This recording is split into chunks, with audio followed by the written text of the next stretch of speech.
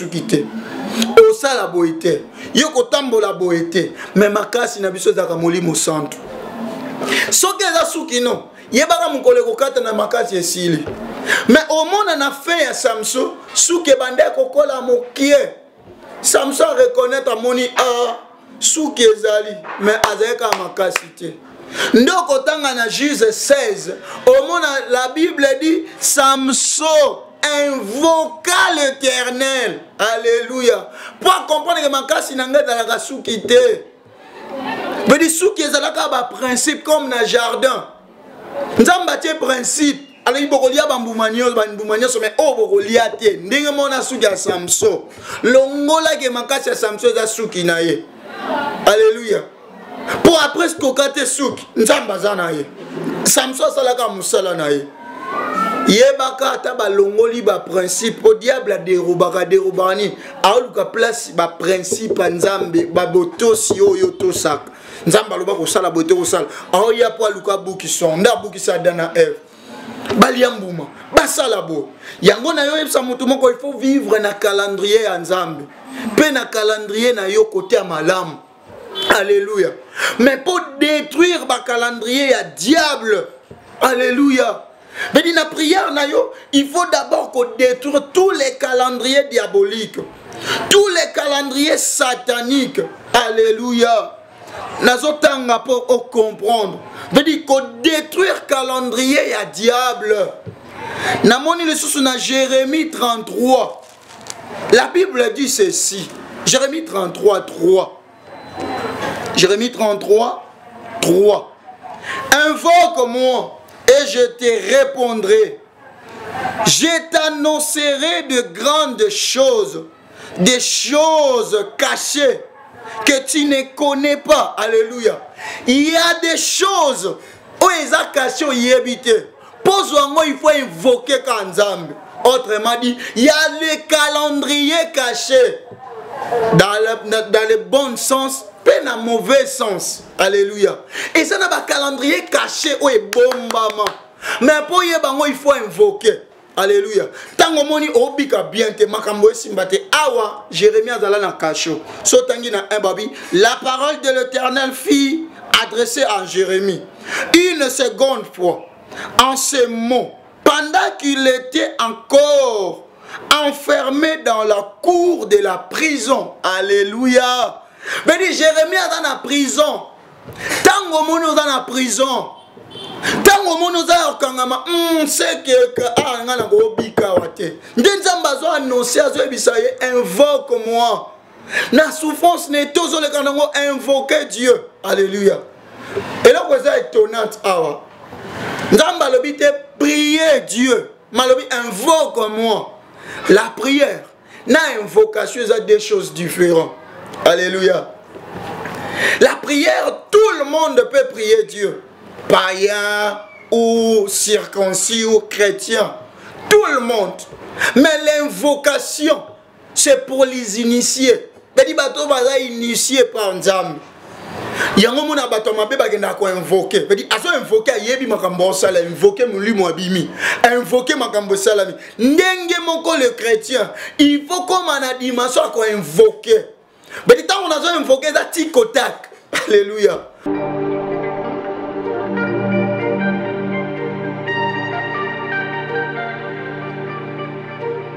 Shalom, shalom à vous les enfants de Dieu. C'est bien moi votre frère, le pasteur Israël Nash. Je vous salue au nom de Jésus. Je suis précisément à Kinshasa. Naza responsable à Ophelina. Jésus est mon papa. Naye liboso na bino pour nous représenter bino bana o bozomo na bilili pe ba difficulté tozanango. Na bandaki mosala o ça fait longtemps ya koboko la bana selon ainsi dit l'Éternel. Mais ba difficulté ezamingi, difficulté ya loyer parce que tozo foutela et puis difficulté au foutela bana minerval pour to jute au bandaki. To pesa qui avance mais tikalindam. nazo banga ke bana oyo bakata classe bakoma nango na sukate. C'est pour cela Dieu m'a mis au cœur na lancé message oyo na batu nyonso ya motema malamu basunga bana oyo bozomona na bilili. Bana oyo bozomona na bilili ndambo na juna rond-point Ngaba, ndambo Victoire, ndambo Limete et puis ndambo l'état pesingai. Pona bande kolanga nyonso ba congolais bobi ba réalité nini to passer nango na mboka. Soki nga simple individu na ndimi kozwa bana oyo na bokola na ainsi dit l'Éternel. Soki l'état s'est décidé to mona suba fazer na nzelati. C'est difficile ya osala ngonga moko. C'est pour ça na zo lancer appel na bana nyonso nzambe pona classe ya bana oyo pona loyer na bango kolata pe kolia na bango. Na osenga na batu nyonso baza cœur sensible pe baza na motema kosunga ba sunga biso pe ba salisa biso. Toza na commune ya Kalamu, quartier Kauka, référence ya monene tokangami na université Kimbangiste, avenue comme on a Marin numéro 16. Numéro de téléphone biso pour na bato balingi ba contacter biso pour na ba détail mosusu eza plus 243 89 72 32 229. Nzamba pambola bato nyonso yo ba ko assister biso. Merci.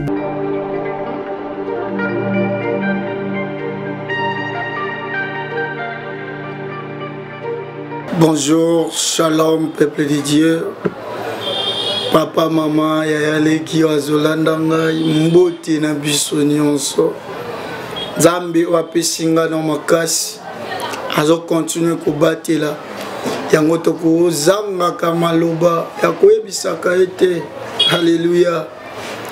Il y avait des gens bakoufi na banzela mai, il y avait des gens babeli makambo ndenge na ndenge. Yo po bela ki ngape na bela ki tozaki na ba problème. Mais malgré ba problème, nzambe na biso atiki biso te, abombi biso la biso kaka bolingo na ye. Yango azo mérite aka to komisa ye. Oui, dans l'émission Nabiso pour moi vivre c'est Christ sur notre chaîne EHP Media. Na pesi ba kambinyoso kubanda numéro 1 tout tina basali pourquoi pas ba serviteur nyonso tous les kaka na émission EHP Media ou tous les kaka na notre chaîne.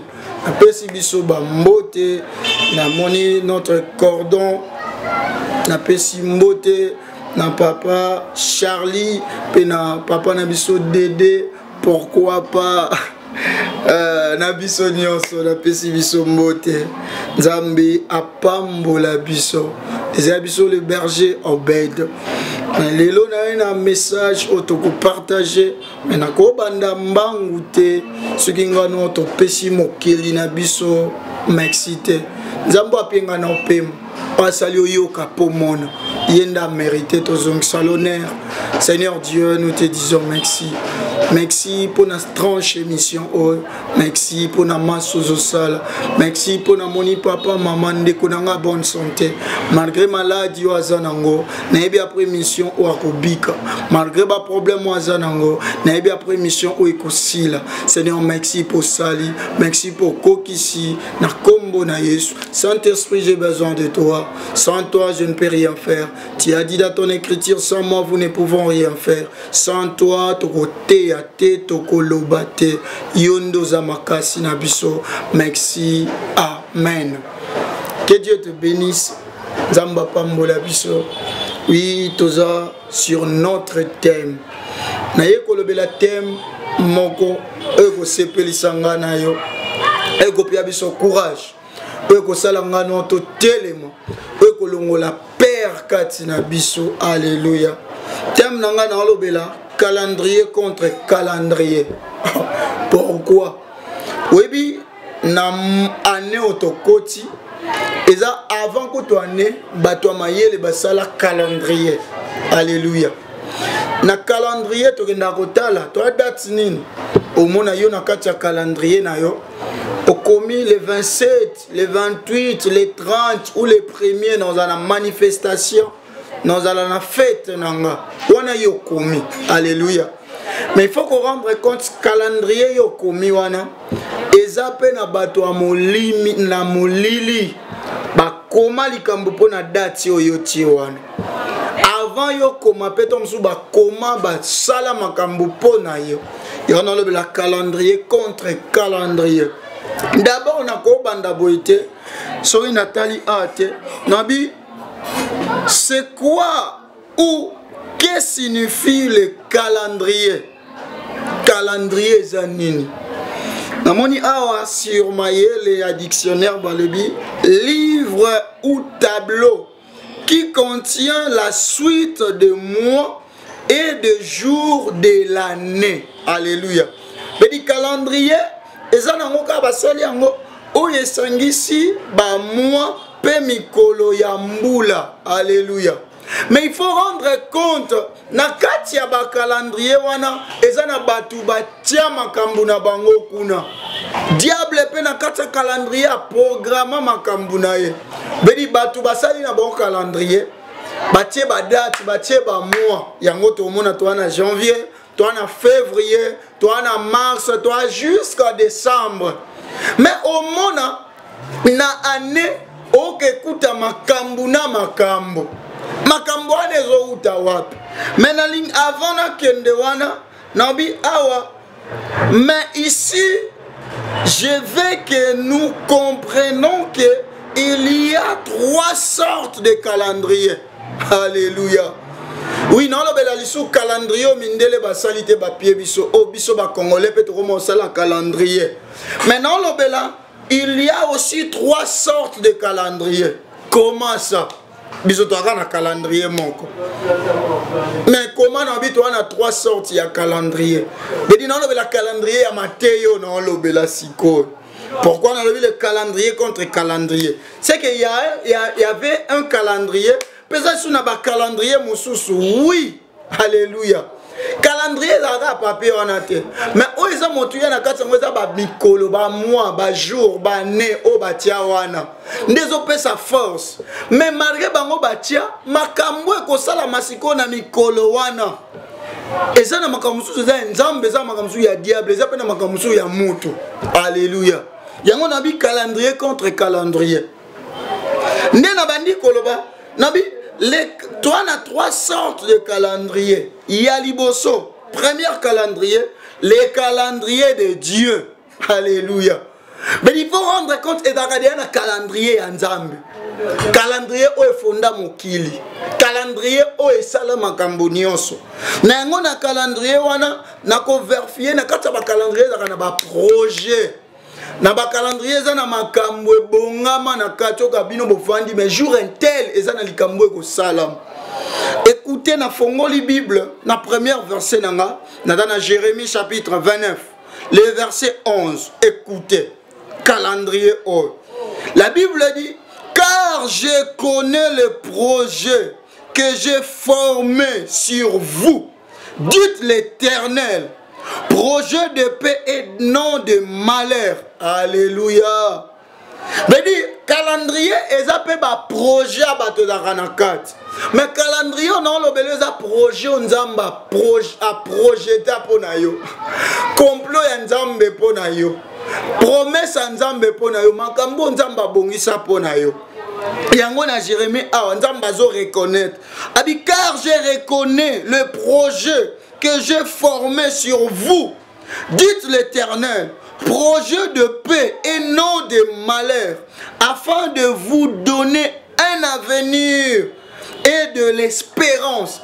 Mais il peut pas soit venir peli qui a malam. Alléluia. Mais comment au monde nzamba tia ba projet bien, mais ba projet moko ma bezoya. C'est pour cela nzamba zangi sita lobi non de malheur. C'est que ça appelle un projet mon quoi ba malheur pour nous. Alléluia. Yangwana na vitu wana 3 sortes de calendrier, un de atotangi ya nzambe. Mais on dirait nzamba indiqué biso dans un projet mon quoi malheur, veut dire calendrier moi malheur et ça rapport na biso pe. Alléluia. Mais il faut bika makambo il faut to comprendre, on a dit calendrier contre calendrier. Na fin ya matière oh il faut avoir décision. Yo za ne loko sala. Na le premier calendrier, na un deuxième calendrier. Deuxième calendrier nabi les calendriers du diable. Alléluia. Mais tu sais que le diable n'est pas dans un calendrier. Pour ton tangi kuna to moni projet à malheur. Mais tu na kata calendrier ne basala ka projet. Soko tangi livre à Esther. Au mon calendrier moko ba komaki na mois ya Adar. bakoboma peuple à Israël. Veut dire projet malheur au diable tchaki nanzela Naman. Alléluia. Aman plutôt. Nanzela Aman aboma nanzela Aman aboma Israël. Mais Zamba zaki na projet wana te. Zamba tia été peuple na kufa. Parce que on a vu tous on a 3 sortes de calendrier. Dans le deuxième calendrier, on a vu le calendrier du diable. Dans Jean chapitre 10, les versets 10. La Bible dit, le voleur ne vient que pour dérober, égorger et détruire. Alléluia. Il y avait le calendrier aussi du diable. Mais la calendrier, il y a ça moyibi. Il faut pour travailler na moto. Parce que le voleur vient que pour dérober. Il y a projet nzambe zapa na yo.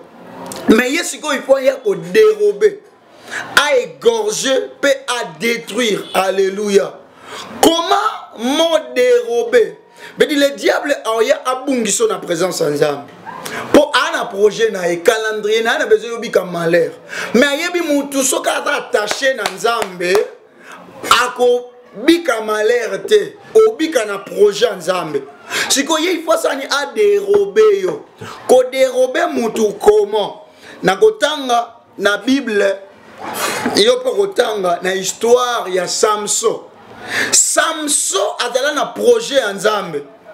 Mais na projet nzambe Nzambe asala Samson habite fort longa ba Philistin. Alléluia. Mais diable pas y na projet na ye. Projet à diable okokotanga na Juge chapitre 16 le verset 27. Juge 14 le verset 2 à 4. Au monde na ba luka lo lengani ba détruire Samson na projet na bango. Pourquoi la Bible dit le voleur vient que pour dérober, égorger, détruire. Alléluia. Pour détruire, en bandana ko détruire te. Pour égorger, en bandana égorger te. Pour détruire ou égorger d'abord, diable en bandana ko dérober veut dire à dérober moutou. A bungisi na présence ensemble. C'est pour cela que diable a yeba ki mission ya Samson. Mais dis quoi à sali calendrier ndengani na détruire Samson. Mais pour détruire il faut dérober. Yango mona ba préparer ki une femme dans le nom de Delilah. Alléluia. Comment dans le calendrier diable ko lata mutu nzoto il faut dérober. À comprendre nini Samson linga trop basi.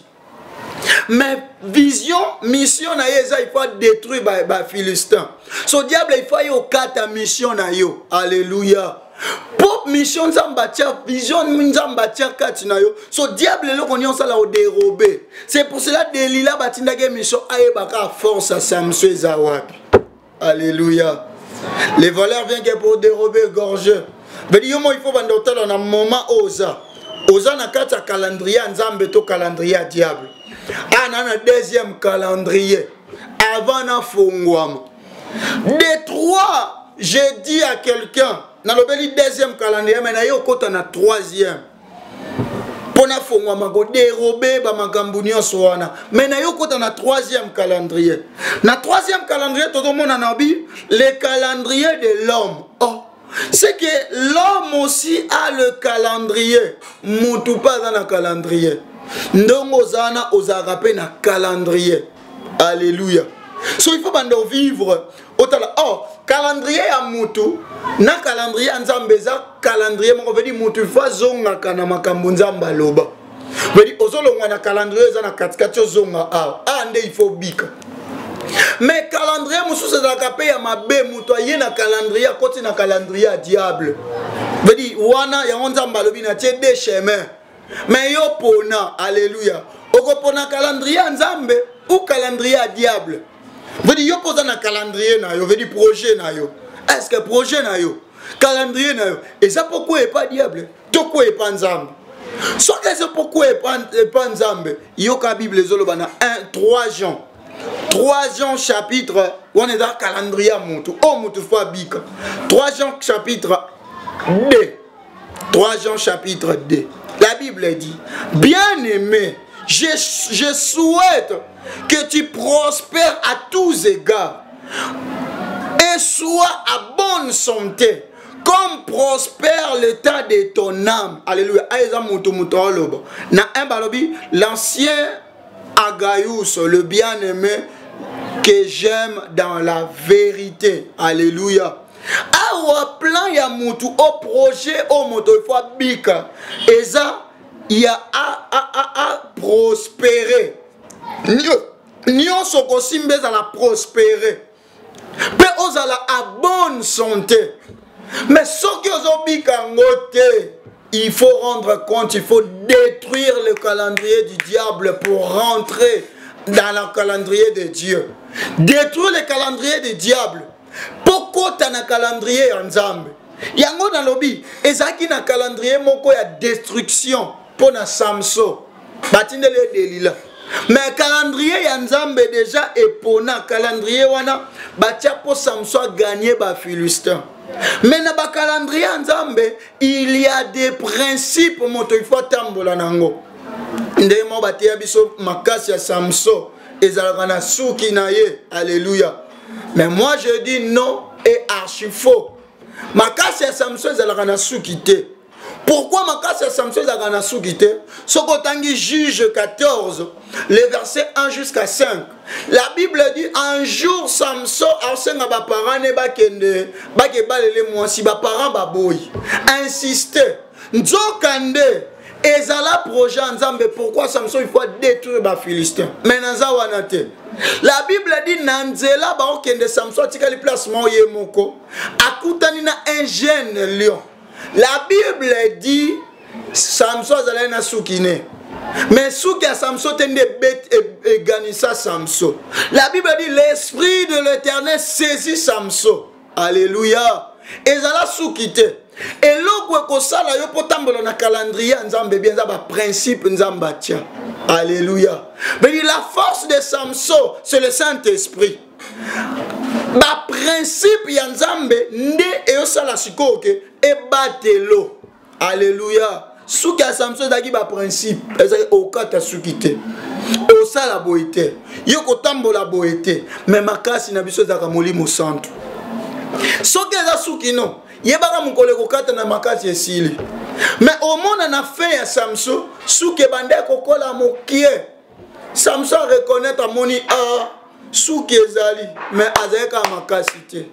Ndoko tanga na Juge 16, au monde la Bible dit Samson invoqua l'Éternel. Alléluia. Pour comprendre que makasi nanga dans la suki te. Mais dit souki ezalaka ba principe comme na jardin. Nzamba tie principe. Alors il bokolia bambumanios mais oh bokolia te. Ndenge mona souki ya Samson. Longola ke makasi ya Samson za souki na ye. Alléluia. Pour après ce kokate souki, nzamba za na ye. Samson salaka musala na ye.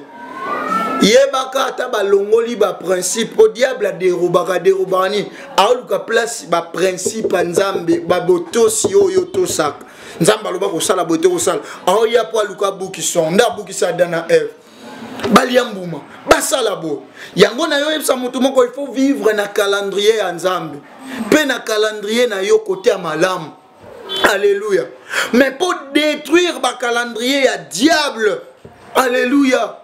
Mais dans la prière, il faut d'abord qu'on détruise tous les calendriers diaboliques, tous les calendriers sataniques. Alléluia.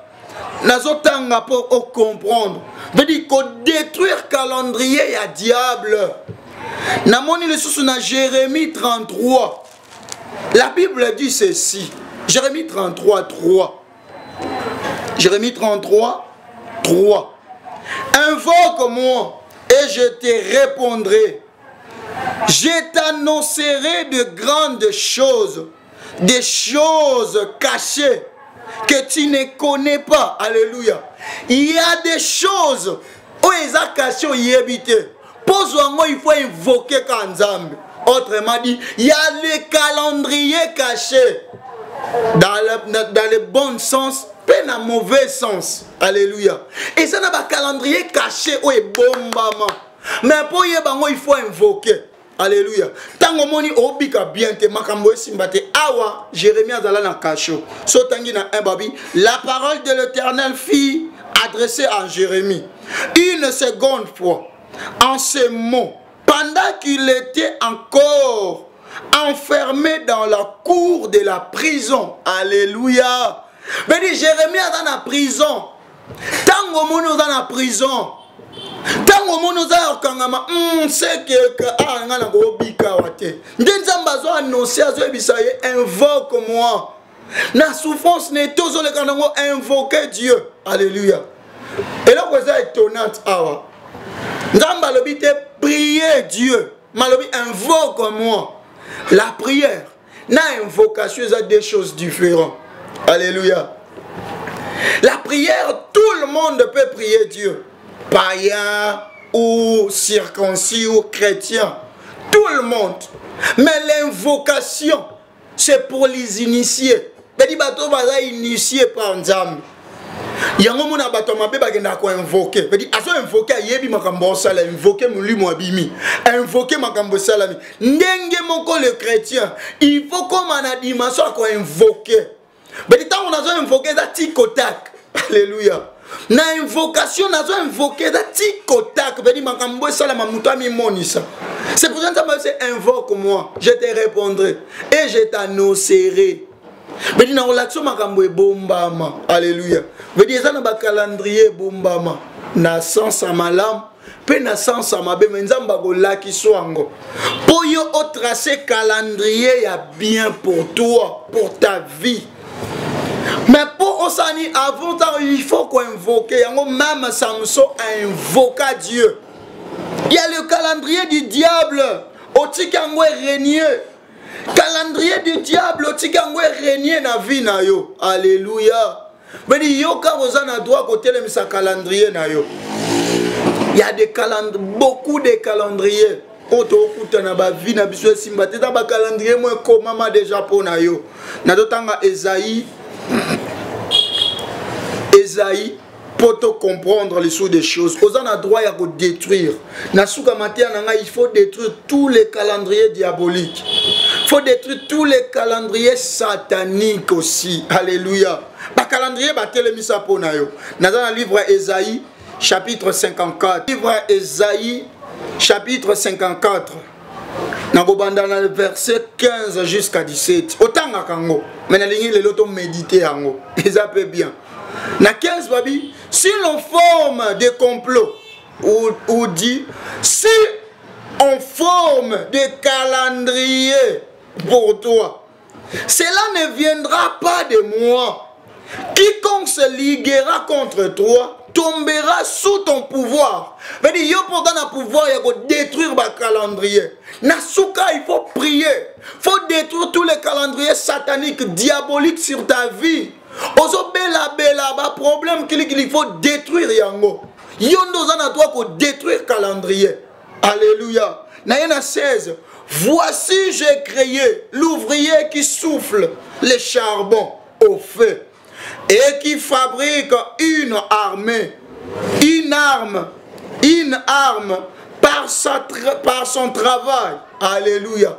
Mais Nzamba l'obitala na créa. Yebaka diable pe Nzambe mutakela. Alléluia. Akele muto azosala mandoki.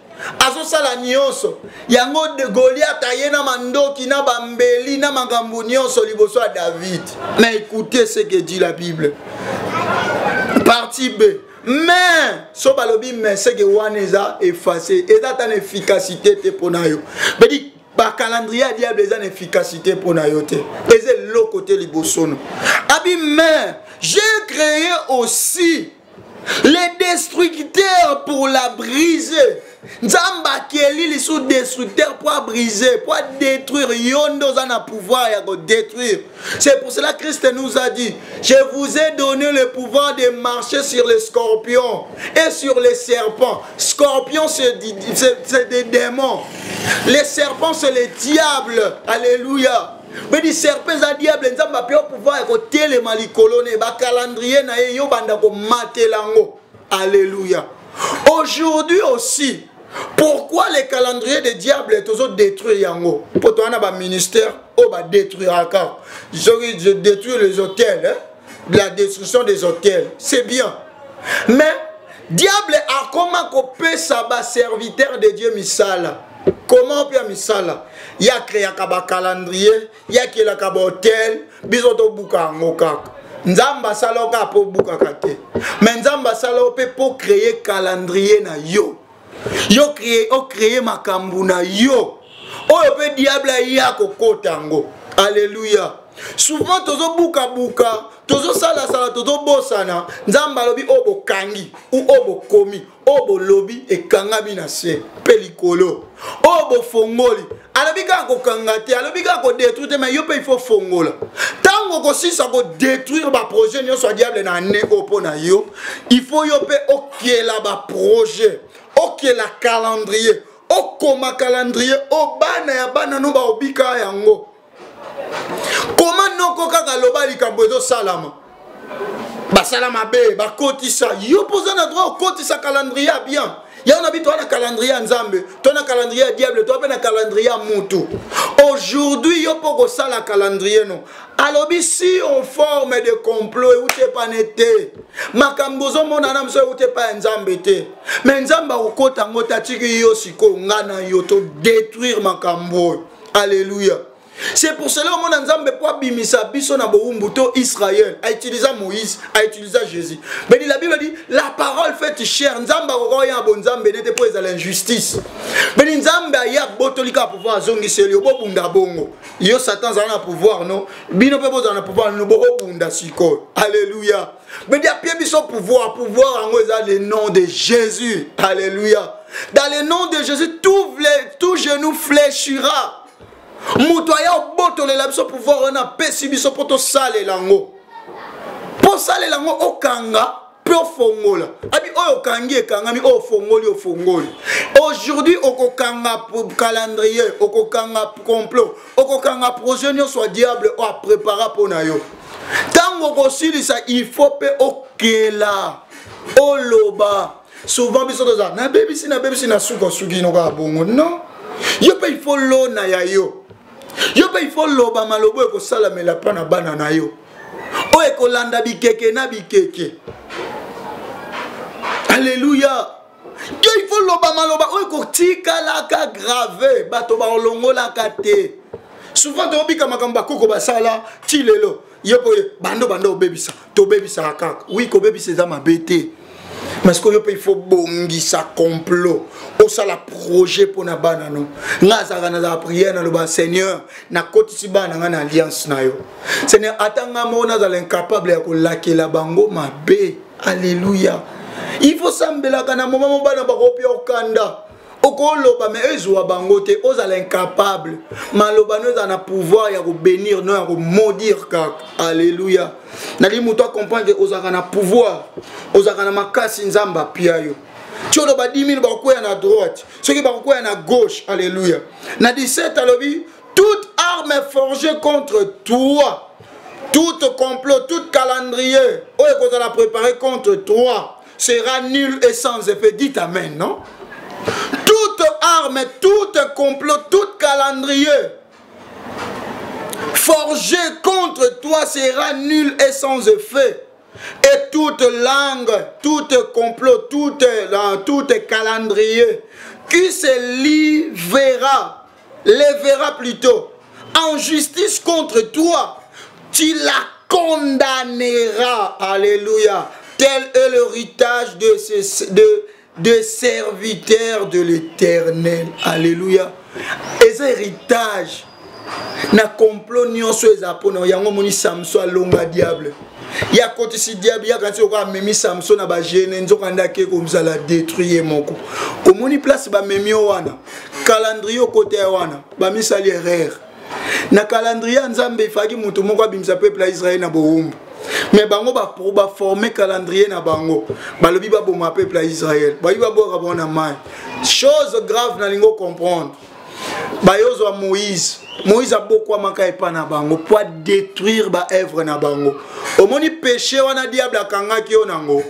Omoni loko bakanga onango wana eza pour détruire yango. Ozala muta milangwa po banda soko bimisa ba milangwa bato milangwa na milangwa nzamba atika ko po comprendre onde salamaka pauvreté wana po banda comme ça bato ba riche alléluia asoko ba men nangai asoko ba men encore nzamba atika ko na souffrance wana po banda bimisa bato apasi na pasi alekisa ko na nzela wana ozalo kwa Moïse abike fa Pharaon mais pas détruire Pharaon yoza na droit pour détruire Pharaon ata za makasi ndozo comprendre okangote mayemela Moïse ta babenge tiré des eaux alléluia Moïse a le calikola mai or ba pia ki ndingisa babi ba ko abana nyosu na mai mama Moïse passe nya boa ki na mai ta la place complot place projet maloba diable za yoko longango yoko matela mai ko salo eloko te e ko memoti na ngambo ya banguna pour comprendre salelo na bango pour comprendre ndenge bango ba ajusaka pour comprendre nyonso alléluia. Moïse n'a pas détruire bango mais akolika na bango okolaka na lisumu yoza mwana lisumu te yoza israélite alléluia mon comme égyptien na tina nzamba tiki projet na bango pour détruire bango alléluia na ngesi kezwa miyo o comprendre pourquoi vous avez milango aujourd'hui na to bima j'ai détruire au nom de Jésus. Je les détruire na kombo na Yesu. Est-ce que mon toman ko sambela nanga pendant quelques minutes. Au nom de Jésus. Le bon nom de Jésus. Na kombo na Yesu. Nazo détruire tout calendrier diabolique. Oh nyonso na kota ki na kati. Oh za égyptien. Oh boza égyptien. Kobanda sikoyo bozo dinda. Kobanda siko nazo baby sabino na kombo na Yesu zo prier pendant quelques minutes au nom de Jésus. Je détruis tout complot, tout calendrier diabolique. Yondo do prier ezali sou likolo note ezali sou ne fete yo zo longango na kombo na Yesu yo mateli yango na kombo na Yesu dans le nom puissant de Jésus, dans le nom puissant de Jésus. Alléluia. Oui, on continue prière nanda. Ozosa sous prière liboso o. Ozolo banzamba pe singa clé. Nakanga. Okangi nyonso na kombo na Yesu. Siko ozo fongola, ozo pambola banano, ozolo ba malamu na vino, ozolo banaza pona prospérer na igana tous égards. Nazali pamboli, bananga ba pambwami, bakoko nanga ba génération ba génération. Nyonso ba ko bika na alliance à Yesu Masia. Banda ko prier au nom de Jésus. Seigneur de na koti siba nanga na alliance, na calendrier nanga, boza ba flèche, na tindi kibino, mokota kozala kuluna, mokota kozala ndumba, mokota kozala moyibi, bino boza ba sali nzambe, boko vanda na trône, boza ba député, boza ba nani, loba liboso nzambe, loba lancer banana yo, vina yo bakoko no, bako bika alliance. Soki Israël a bika alliance à Abraham, koko na bango bino pe boza na droit ko bika, banana nga baza mituno mukila te. Mon côté à cause de la chômeur, mon côté à cause de la fazer, mon côté à cause de l'élaka, mon côté à cause de la célibataire, na bali sibino, na vandi sibino na batron, bino boko le sabato,